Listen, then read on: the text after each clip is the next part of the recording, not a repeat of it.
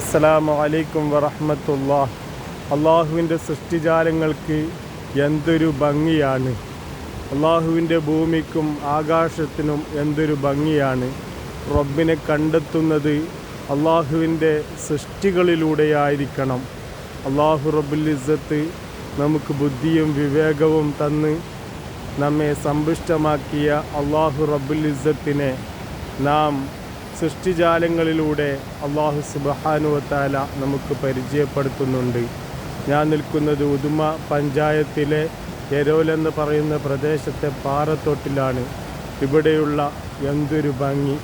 ആനന്ദകരമായ, കർണാനന്ദകരമായ, നയനാനന്ദകരമായ ഒരു കാഴ്ച ഇവിടെ വന്ന് കാണേണ്ടത് തന്നെയാണ്.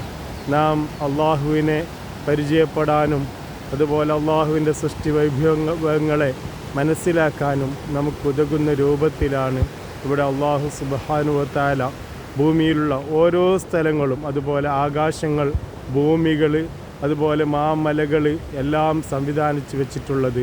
റബ്ബിനെ നമുക്ക് പരിചയപ്പെടാം, അള്ളാഹുവിനെ കണ്ടെത്തി കൂടുതൽ അള്ളാഹുവിനെ അടുക്കാം, അള്ളാഹുവിലേക്ക് അടുത്തുകൊണ്ട് റബ്ബിന് സാഷ്ടാംഗം നമിക്കാം.